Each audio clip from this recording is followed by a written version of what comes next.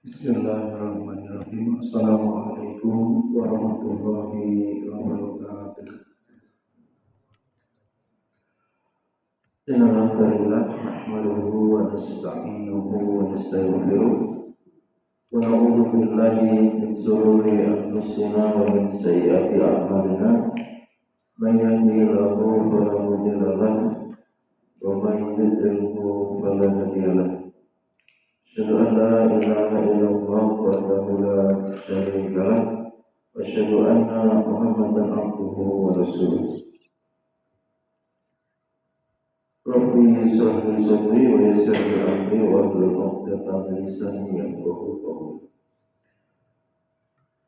Kembali puji dan syukur senantiasa kita panjatkan kehadirat Allah Subhanahu wa taala atas segala curahan nikmat dan karunia-Nya. Alhamdulillah pada malam hari ini kembali kita dapat majelis ilmu. Malam hari ini kita akan mengkaji kewajibannya orang yang berilmu, ya, atau orang alim atau belajar, ya, yang terus senantiasa diberikan nikmatnya hidayah ilmu.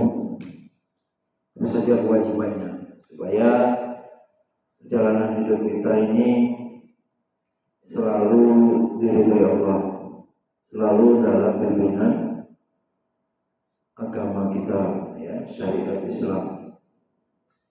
Salawat dan salam senantiasa tercurahkan kepada junjungan kita Muhammad sallallahu alaihi wasallam, keluarga, sahabat, tabi'in, tabi'in, dan kita semua umatnya yang istiqomah mengikuti jalan beliau hingga yaumil kiamat.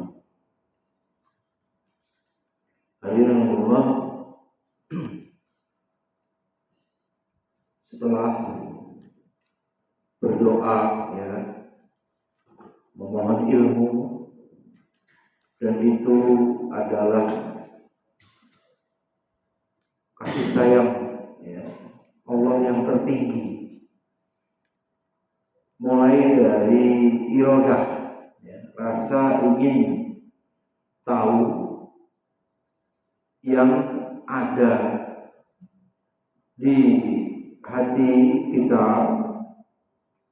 pengen belajar agama, itu sudah nikmat, ya, yang agung, yang paling besar, ya. Lalu kemudian diwujudkan belajar, mondok, menuntut ilmu, serius, sungguh-sungguh, bermujahadah, itu nikmat lagi, ya, yang pada akhirnya berhasil paham, menjadi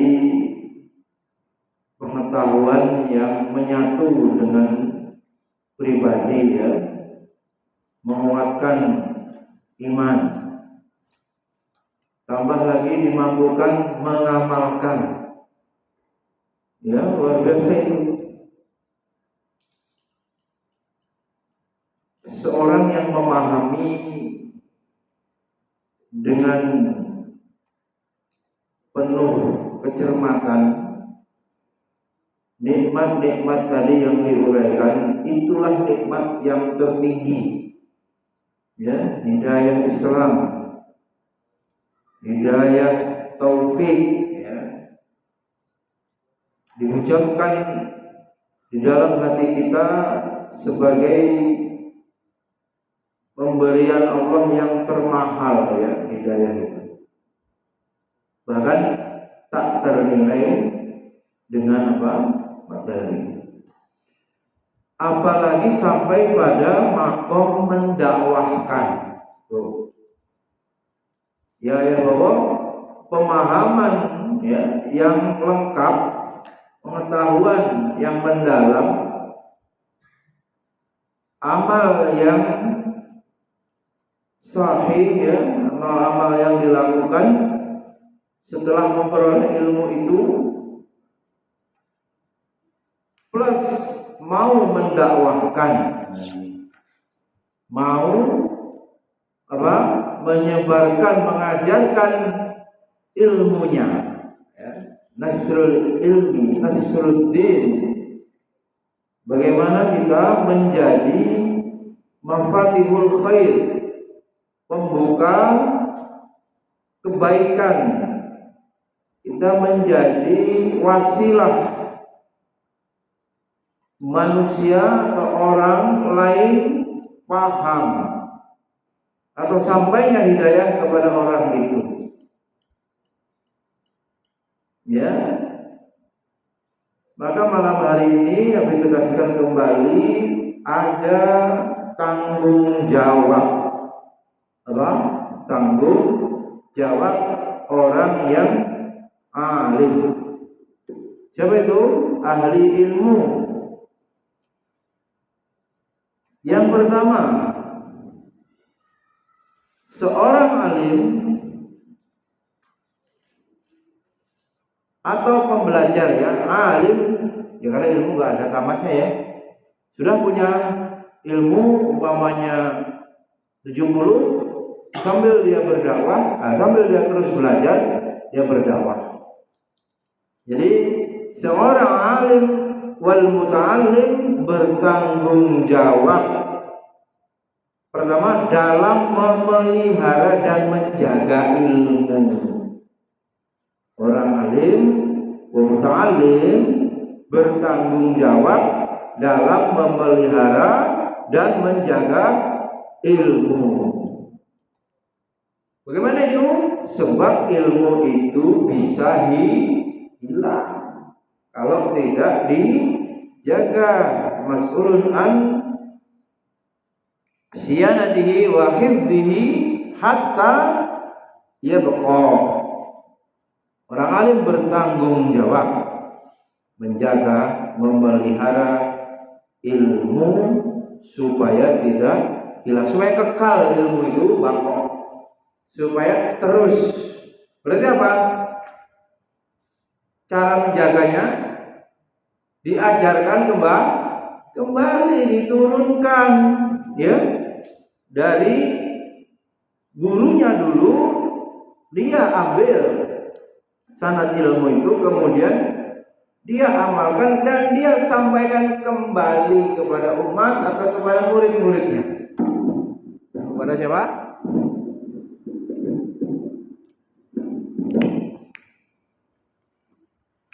Sampaikan kembali kepada murid-muridnya supaya tidak hilang.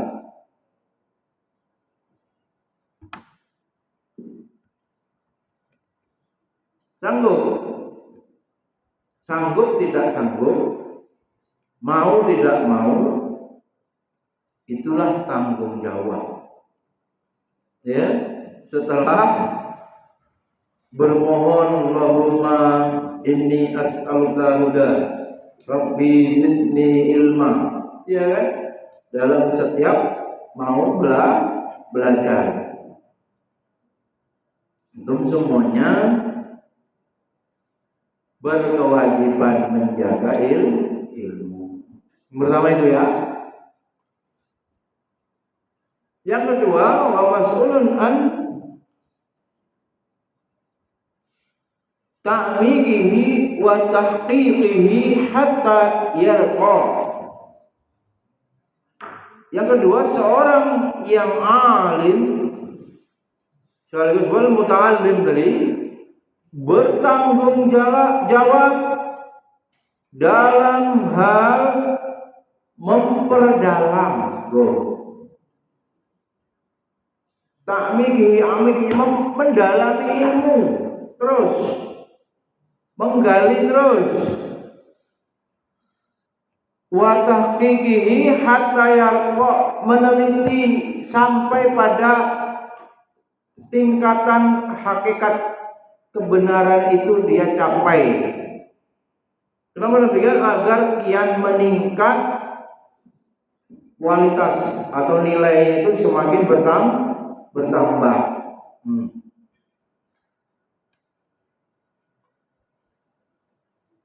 Apa yang kedua?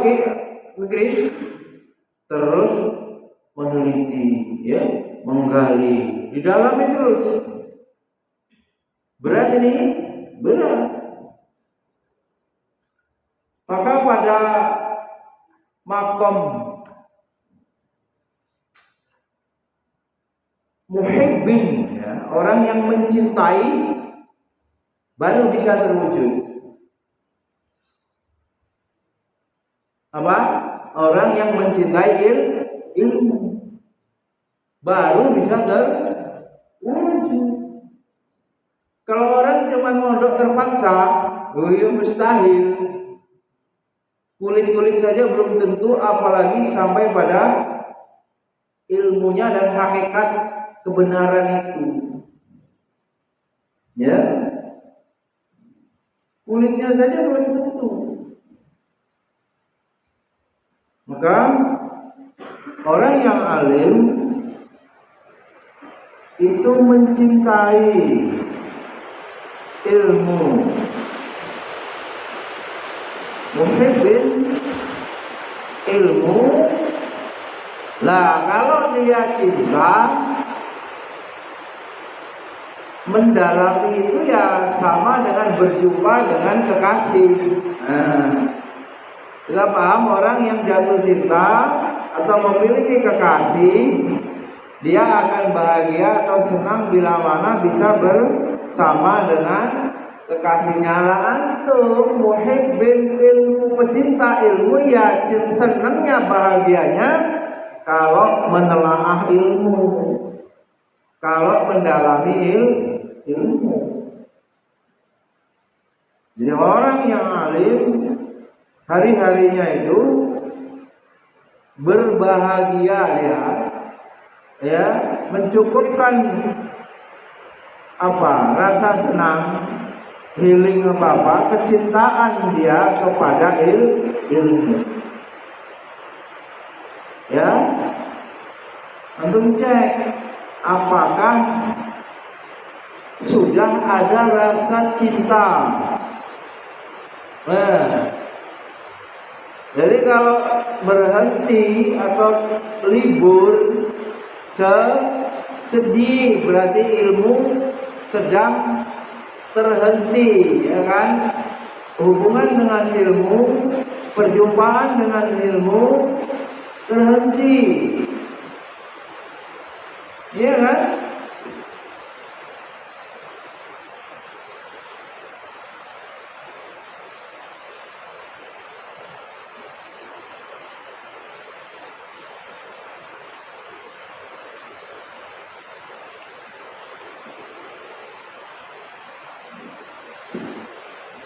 Alhamdulillah, itu yang kedua ya. Mudah-mudahan kita ya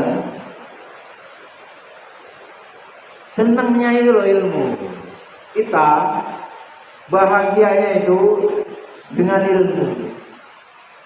Mudah-mudahan Allah karuniakan, letakkan rasa bahagia dalam diri kita itu dengan ilmu. Ya. Kemudian yang ketiga, tanggung jawab orang yang alim, orang yang belajar, wa mas'ulun 'anil 'amali bihi hatta yusmira. Seorang yang alim dan muta'alim bertanggung jawab beramal, mengamalkan ilmunya.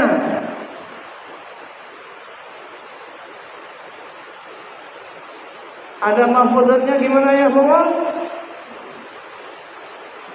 Ilmu bila amalin kasajarah bila kamarin.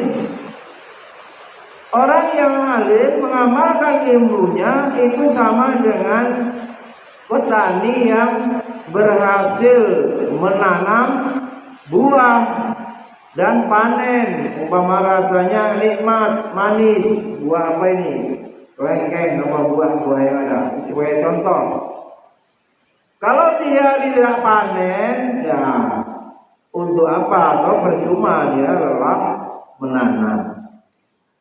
Percuma tuh tidak mengamalkan ilmu yang sudah dipelajari. Seluruh proses awal belajar menjadi apa? Sia-sia. karena tidak diamalkan setelah paham. Di mukadimah tadi sudah ditegaskan ya, global ya, kemudian dirinci. Ya, orang yang belajar itu pertama untuk selamat dirinya, selamatkan dirimu dulu, anfusakum dulu. Ini haram, ini subhat, tinggalkan untuk dirinya. Ya, itu yang prioritas. Apa kewajiban orang muslim setelah memahami akidah tauhid, memahami halal dan haram? Begitu urutannya.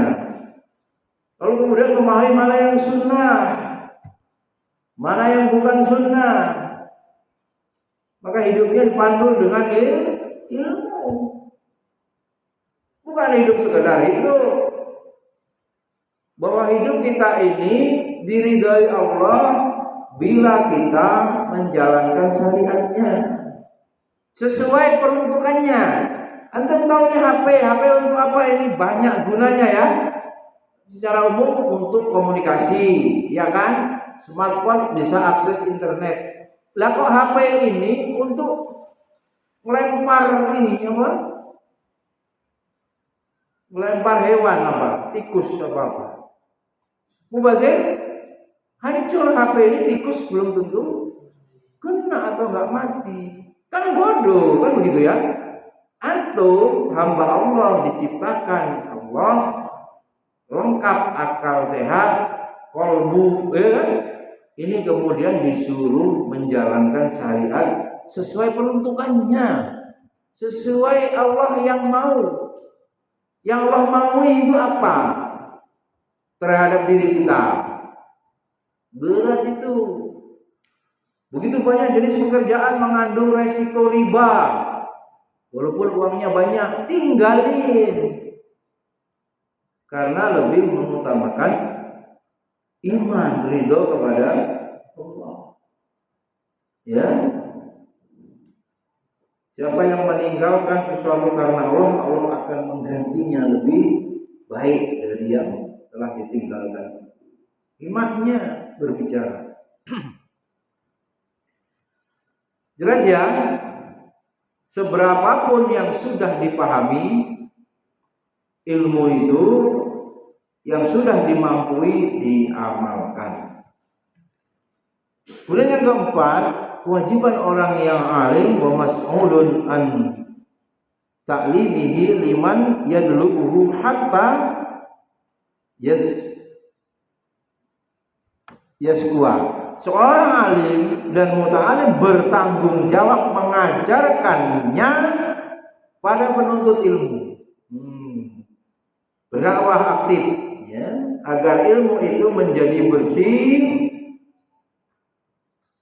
dan mensucikan. Wa yaskuwa tadi terbayar zakatnya. Zakatnya ilmu itu apa? Diajarkan kepada orang, disampaikan ilmu itu. Ya begini, harta ada zakatnya, ilmu ada zakatnya apa? Diajarkan. Bahkan ilmu kalau disampaikan berkurang nggak? Tidak, justru semakin banyak berkembang. Pak, ilmu itu semakin kuat di apa? Di ingatan kita, di memori kita semakin kokoh karena kita sampaikan. Bahkan orang yang mengulang-ulang, udah pernah dipelajari, disampaikan lagi, dipelajari lagi, itu sama dengan apa, Pak Ibu?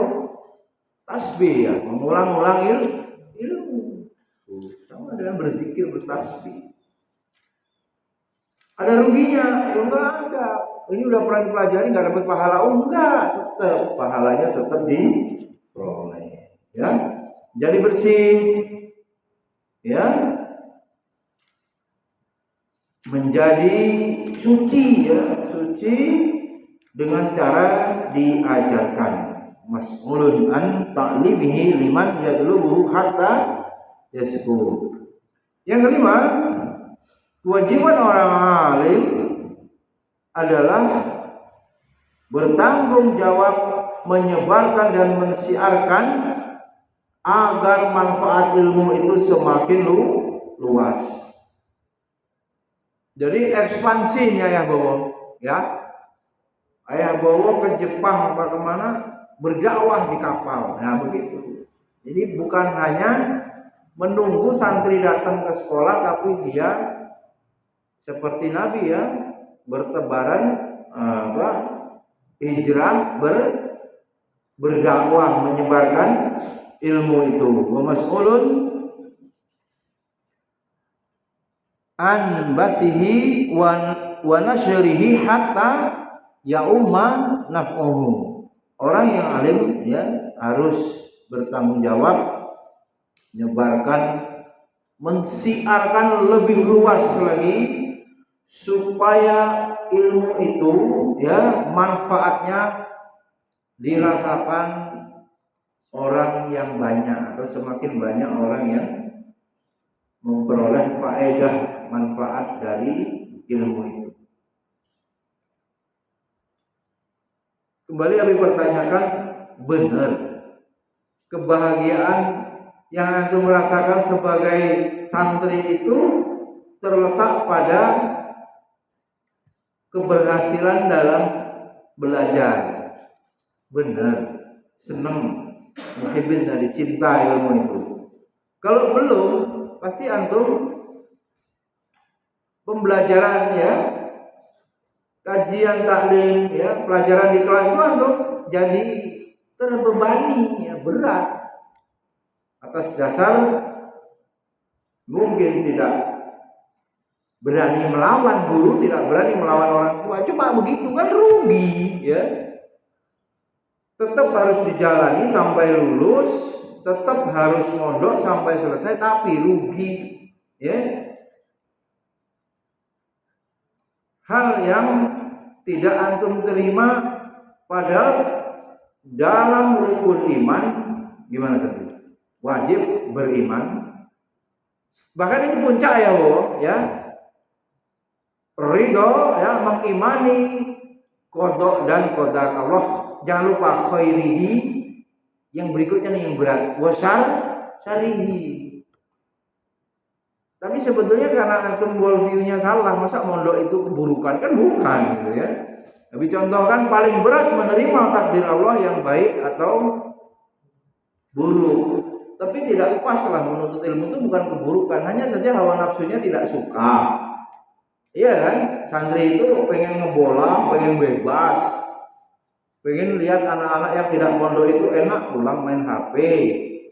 Tapi itu bukan keburukan antum berada di pondok ini, ya.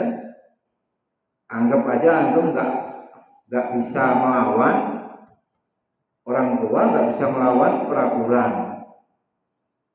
Anggap aja itu kayaknya nggak kebahagiaan. Nah ini, kalau tidak bahagia, terpaksa berarti menderita lawannya. Apakah bisa berhasil? Ya nggak bisa. Ilmu itu harus dibuka hati kita, kalbu kita itu umpama dia ilmu itu kayak tamu cahaya nur masuk ya, kalau kita nggak buka kalbu kita ini, tidak kita buka supaya masuk ya, tertanam disemai di situ iman supaya kemudian tumbuh, ya nggak bisa berhasil dalam belajar. Alatnya panca indera, alatnya akal untuk memahami ilmu itu. Tapi ilmu itu diletakkan umpamanya wadah atau tempatnya di hati, iman itu baru hidup di situ. Baik, itu yang keberapa? 5. Ada yang ke-6. Orang yang alim bertanggung jawab. Nih, ya bawa antum alim bertanggung jawab apa? Menyiapkan pelanjutnya, kadernya, penerusnya, zuriatnya boleh. Siapa yang akan mewarisi ilmu yang telah dia miliki? Siapa yang akan memikul ya estafet dakwah berikutnya, mata rantai ilmu? Dua rantai loh, nah? Jangan boleh putus ya, berguna nanti. Ya, seperti kolongan itu kan, rantai itu, ya nyambung kan? Ini tidak boleh putus. Siapa yang nyambungkan ini? Nah, supaya sampai ke surga, bayangkan begitu. Ilmu dari Nabi, ajaran Islam ini sambung menyambung. Ya. Muridnya Rasul, para sahabat tabiin, muridnya sahabat tabiin, dan para ulama sampai kepada guru-guru yang ada, ustadz kiai yang ada ini. Nah, itu tidak boleh putus. Mata rantainya harus terus bersambung. Ya, wa mas'ulun an i'dad man yarisuhu, siapa yang mewariskan, siapa yang melanjutkan, wa yahmiluhu, siapa yang mau membawa ilmu itu, hatta yadumu ittisalu khalaqatihi, supaya enggak putus sampai kiamat nanti, ilmunya terus terjaga, ya, tersambung. Makanya kader itu ada kader apa? Kader ideologi, iya kan? Apa itu? Orang lain diajari ilmu yang sama, ya kan? Muridnya itu diajari ilmu, kemudian ilmunya telah dimiliki, murid tersebut menjadi kader, namanya ideologi. Ada juga kader apa? Ayah bawa mana Pak Diki ini? Biologis. Apa itu? Keturunan zuriyah, anak keturunan yang itu berapa? Memiliki 20% gen dari kita. Kalau antum laki-laki, bapaknya itu, abinya itu, ayah bawanya itu 20% bibit orang alim, bibit dai, bibit pejuang, lumayan. Baru 80%-nya disekolahkan melalui lingkungan yang benar, dididik. Sempurnalah 100% menjadi penerus dakwah. Begitu ya, Abah Diki kutitipkan ini. Mana tahu umur habis, ya. Abah Diki tampil kan begitu. Mana ini? Abi Jepri, mana ini? Abi Rusdi. Itu kan harusnya sudah beranak pinak itu, anaknya masuk tahfiz anak usia dini. Iya kan? Tidak seperti bapak-bapaknya, tidak seperti kita yang tua-tua ini dulu tidak ada ngapal Al-Quran sekecil itu. Iya kan? Kita sekarang dari 3,5 tahun sudah mulai bisa menghafal. Coba itu kemajuan dalam bidang dakwah Quran. Sudah seperti itu pun ternyata masih banyak orang yang tidak bisa membaca Al-Quran. Coba 65% lebih tuh ya Bu, coba dicari itu adik-adik itu. Data orang Islam yang nggak bisa baca Quran meningkat dari. Jadi padahal itu fardu ain ya. Terus tanggung jawab yang keberapa itu tadi? Ke-6. Kemudian yang ke-7, ini cukup waktunya.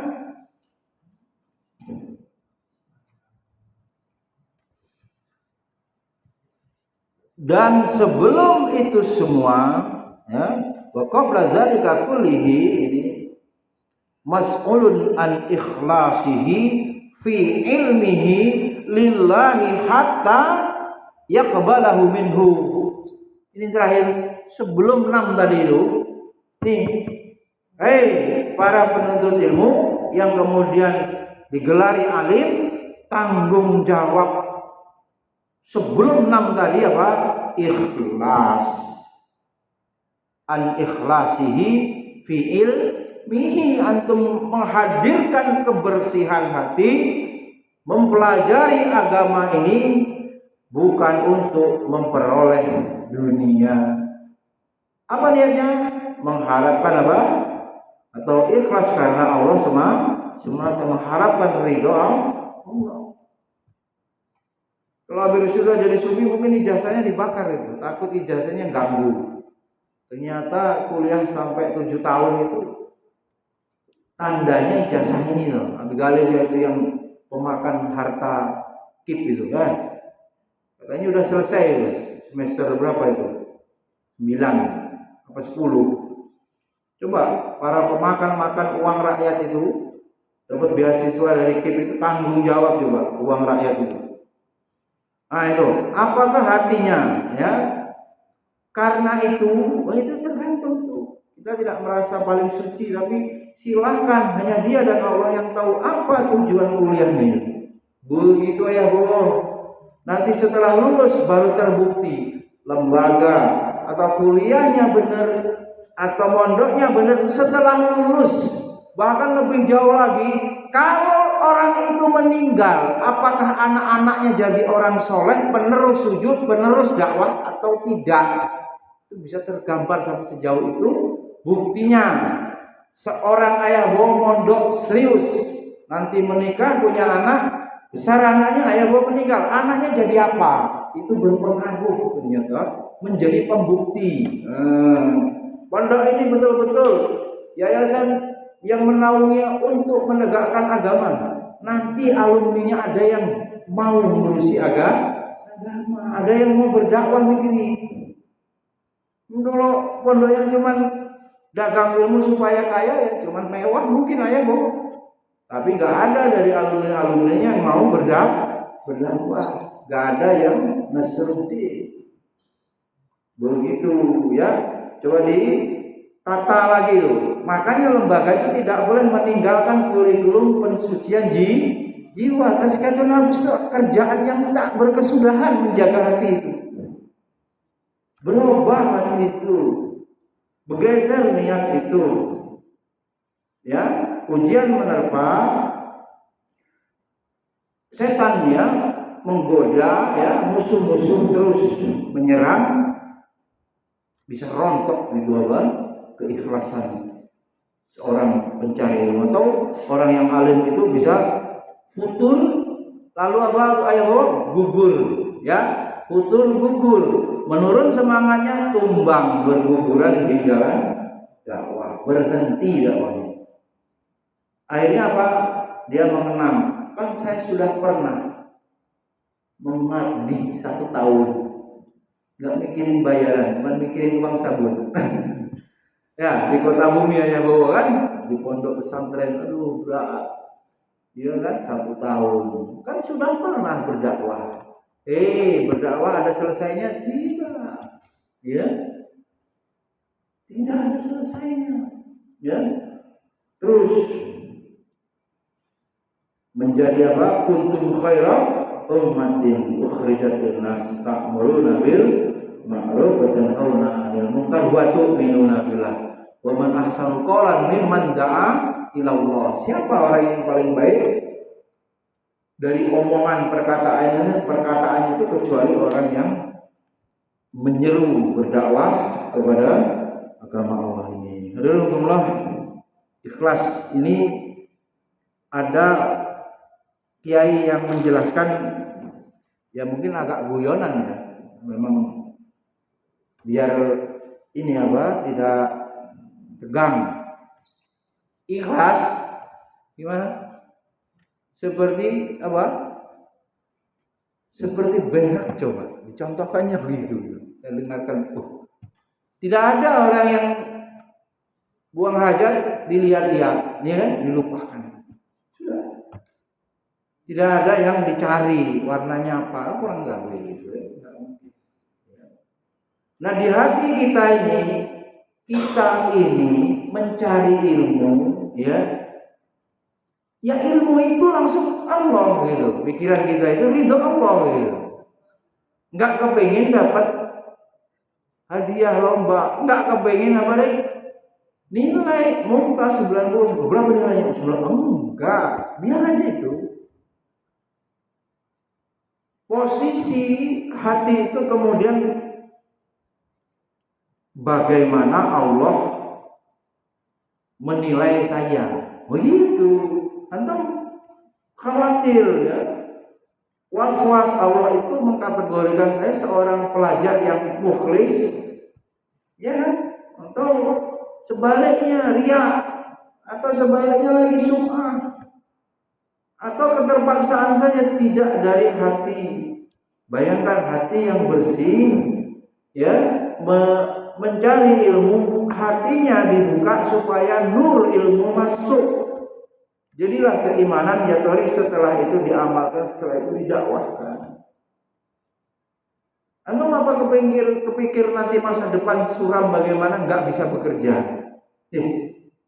Antum nggak sopan sama Allah. Allah yang memberikan rezeki. Cuma antum tinggal mujahadah sungguh-sungguh. Jangan pikirkan, anak nanti mau ngajar di mana atau kerja apa. Sekarang ini loh antum bisa apa? Ya tentu nanti setelah usia kerja itu punya keterampilan, keilmuan seluas apa, kompetensinya apa. Itu yang dipikirkan dari sekarang. Apa yang Allah perintahkan, itu yang dipikirkan. Apa perintahnya? Usia-usia pemuda, ya, remaja, menuntut ilmu sebelum nanti bertanggung jawab memimpin. Itu fokus. Kalau antum cinta ilmu tinggi, sehingga seperti cahaya atau menerangi, orang datang. Antum nggak perlu promosi sekolahan, datang sendiri. Kalau antum punya ibarat perumpamaannya manis, gula apa madu, semut datang. Itu perumpamaan, orang akan datang mencari antum. Pertanyaannya sekarang ini, apa yang pantas? Ya kan, dicari dari diri kita, kualitas kita itu apa. Bawa ini batu, ini emas. Batunya ada di dalam bumi kan. Apa ini emasnya? Harus ditambang, harus dibor, harus digali. Batunya di luar-luaran nampak. Mana yang dicari orang? Emas. Walaupun resikonya apa? Nyawa, walaupun kecil dia di dalam digali, lihat terowongannya untuk tambang emas. Atau di apa kayak bawa di sungai ya, di sedot, di apa, di ayak di mutiara, batu, emas itu dicari gitu. Nah, proses antum menjadi mutiara, menjadi emas, kualitas diri ya. Waktu Abi sampaikan pemahaman terhadap diri, apa kelemahan yang Allah takdirkan supaya apa, manusia itu harmoni, supaya tidak sombong. Ya kan, ada kelemahan di situ supaya tawadu. Apa kelebihan yang Allah berikan supaya manusia itu bisa memberikan manfaat kepada yang lain, termasuk bisa dengan kelebihan itu dia bisa memperoleh maisha kan gitu. Dan lebih mudah ya bahwa mengembangkan bakatnya daripada mempelajari keterampilan baru. Maka pertanyaan untuk menemukan kemampuan antum di mana bidangnya, sampai ahli nih, daripada belajar hal baru terus. Saya nggak tahu ayah bawa stresnya berapa lama itu dilatih jadi apa namanya, nelayan di kapal itu. Stres lah ya bawa. Tapi giliran ngajar ya bawa gapah aja lah, bes kan. Ngadepin santri begini, oke. Tapi giliran ketemu ikan, ketemu kapal, hal baru ya kan. Macam mana barang ini kan begitu. Coba biar disuruh ganti, ya kan. Jangan baru naik kapal itu udah terkencing-kencing, takut ini apa, tenggelam. Ya nggak bisa kerja ya. Stres, nggak bisa tidur. Besoknya suruh kerja sakit ya. Ulangin, nunggu ada badai setahun ya, dibuang di laut itu untuk makan paus ya. Baik, itu ya Pak Santri, ikhlas, mukhlisina lahuddin. Jadi bisa dibuat begini Kak Bis, semakin ikhlas, semakin ilmu itu berhasil diperoleh. Itu kerannya guru mendampingi ya kan, memberikan apa, bimbingan, tapi keberhasilan itu fikri berpulang kepada mujahadah ya, kesungguhan dan niat ikhlas santri dalam menuntut ilmu. Dengan bermanfaat subhanallahumma wa bihamdika, la ilaha illa anta, astaghfiruka wa atubu ilaik.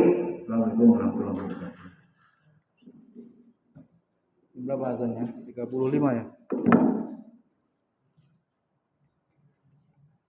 Ngapa man nggak nulis? Gabut. Sakit. Untuk kangen cewek.